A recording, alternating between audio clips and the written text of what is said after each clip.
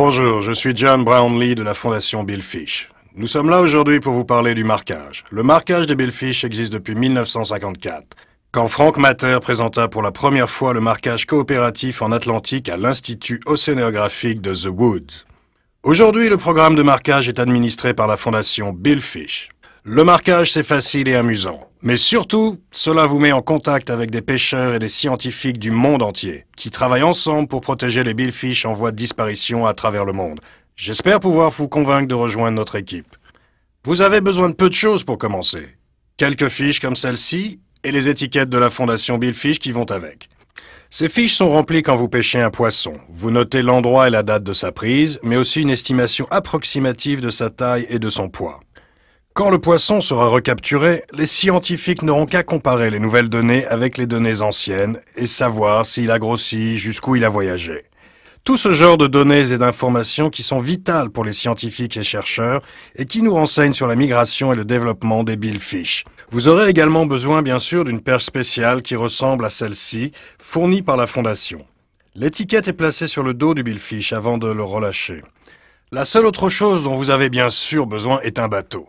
C'est facile et vraiment agréable et j'espère pouvoir vous convaincre de rejoindre notre fondation si vous ne l'avez pas encore fait. Nous allons pêcher aujourd'hui avec le capitaine Ray Rogers sur le Miss Brit, son bateau, aux alentours de Miami, en Floride. Nous espérons vous démontrer à quel point le marquage est amusant. Le capitaine Ray Rogers pêche depuis 1979. Ce natif de Miami est un des capitaines les plus reconnus au monde. Spécialiste de la pêche et relâche des billfish, particulièrement quand il s'agit d'espadons et de marlins. Ray est évidemment en train d'essayer de ne pas blesser les poissons. Il emploie certaines techniques que vous devrez adopter vous aussi. Analysons-les depuis le début et jusqu'à la fin, qui est la capture du poisson. Une fois que vous avez attrapé l'espadon ou le marlin, peu importe, vous devez commencer à préparer votre matériel pour le marquage.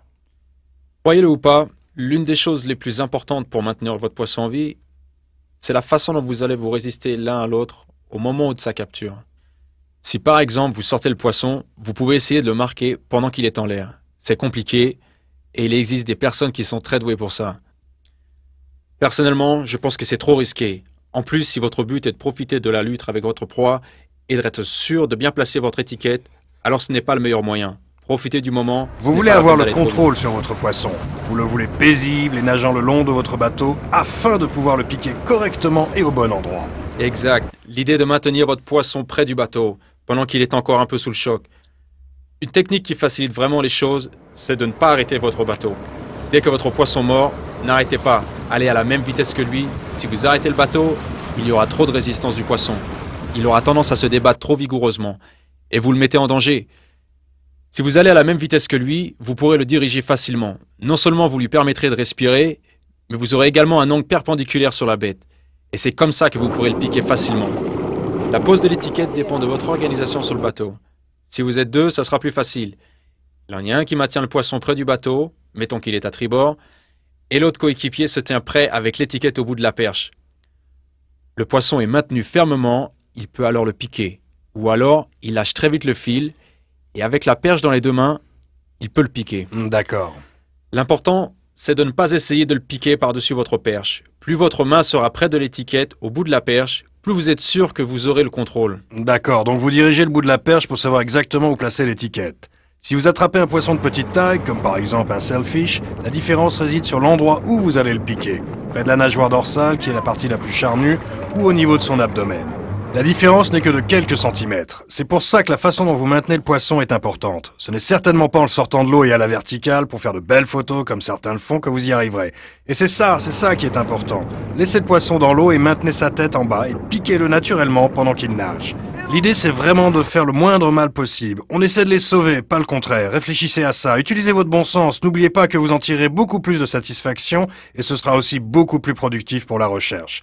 Ok, on va voir s'il y en a un.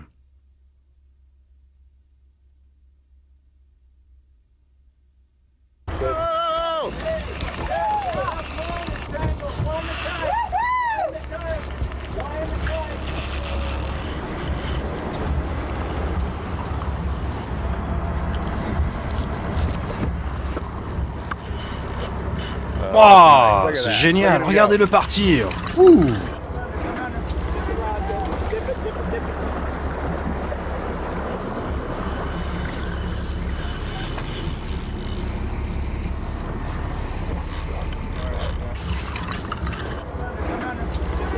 Vous voyez, Jason a eu 2 fois un poisson au bout de sa ligne et les 2 fois il les a laissés échapper. L'idée est vraiment de leur faire le moins de mal possible, les toucher le moins possible, ne pas les blesser, on prend notre temps. On attend le moment précis où on pourra piquer le poisson sans problème. Ok, maintenant Jason en a un, il va le ramener doucement. Vous remarquerez que Ray essaie d'aller avec son bateau à la même vitesse que le poisson. C'est important pour ne pas trop forcer sur le poisson. C'est comme ça que vous éviterez de lui abîmer la mâchoire. T'es prêt, Jay? Ok, allons-y. C'est parti, mettons une étiquette à cette beauté. Parfait, il est prêt, bonne vitesse. Placement parfait, beau travail les gars. Et voilà, c'est fini. En prenant notre temps, en étant sûr que le poisson est prêt, on est sûr d'un bon placement de l'étiquette. Il n'a pas été blessé, vous voyez comme il bouge normalement. Il a une belle couleur, à aucun moment il n'a été sorti de l'eau, aucun mal n'a été fait à l'animal. On est maintenant prêt à le relâcher. Quand tu veux, Jay. Ça y est, il part en nageant. Vous voyez ça? Wow. Ok, bon boulot les gars. Jay, c'était superbe. Capitaine, parfait comme d'habitude. Revoyons maintenant le procédé du marquage.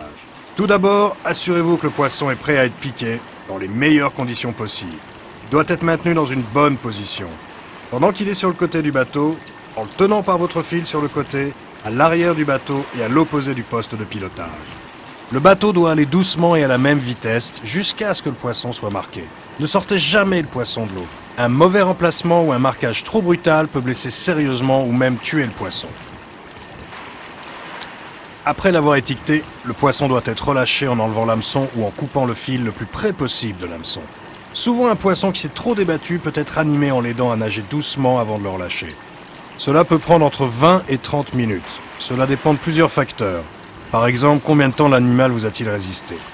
Assurez-vous que le poisson nage droit et qu'il a de vifs battements de queue avant de le relâcher. Évidemment, le marquage d'un sailfish est très différent à un marquage d'espadon. Mais la théorie reste la même. Le contrôle de l'animal est essentiel avant de le piquer.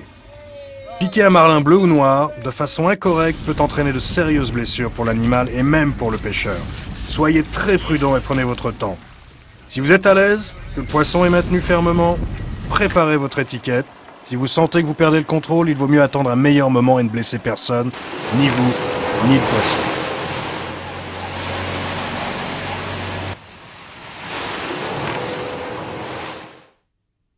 Que diriez-vous aux autres sur les bénéfices du marquage et de l'utilisation d'un hameçon circulaire pour la conservation de l'espèce? Eh bien évidemment, le marquage permet de créer une base de données très intéressante. En pêchant et relâchant un poisson, et plus tard quand il est repêché à un endroit différent, beaucoup d'éléments utiles à la recherche sont recueillis.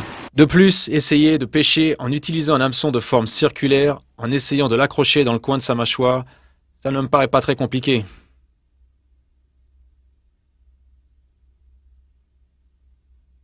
En pratiquant le marquage et en utilisant des hameçons circulaires, vous contribuerez à un effort international pour la préservation du nombre des billfish.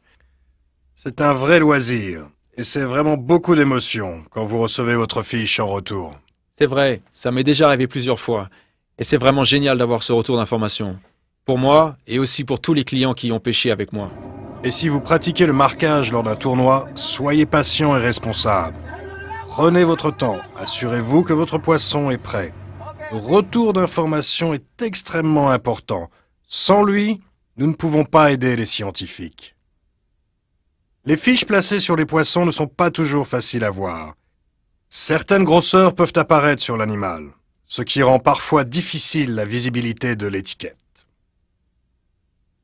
Observez attentivement le poisson avant de le marquer. C'est pourquoi vous devez examiner de près les billfish que vous attrapez avant de les marquer et de les relâcher. Accrochez l'étiquette originale, mettre la deuxième étiquette, notez la taille, poids, date et lieu. Pour relâcher pour la deuxième fois un poisson préalablement marqué, accrochez si possible la nouvelle étiquette sur la première. Notez son poids et sa taille approximative ainsi que la date et le lieu de la prise. Appelez ou écrivez ensuite à la fondation Billfish avec cette information. J'espère que vous avez apprécié cette vidéo et que vous allez rejoindre l'équipe de marquage de Billfish. Je vous suggère de regarder cette vidéo plusieurs fois avant de commencer. Mais quand vous aurez démarré, vous ferez partie d'un grand groupe de scientifiques et de pêcheurs travaillant main dans la main pour préserver le nombre de billfish. Pour plus d'informations sur la Fondation Bill Fish, visitez notre site www.billfish.org. Vous pouvez commander à la Fondation tout le matériel nécessaire, les drapeaux, les fiches et le kit de départ. Tout ce dont vous avez besoin pour commencer. Au nom de la Fondation Bill Fish, je suis John Brownlee, merci et bonne pêche.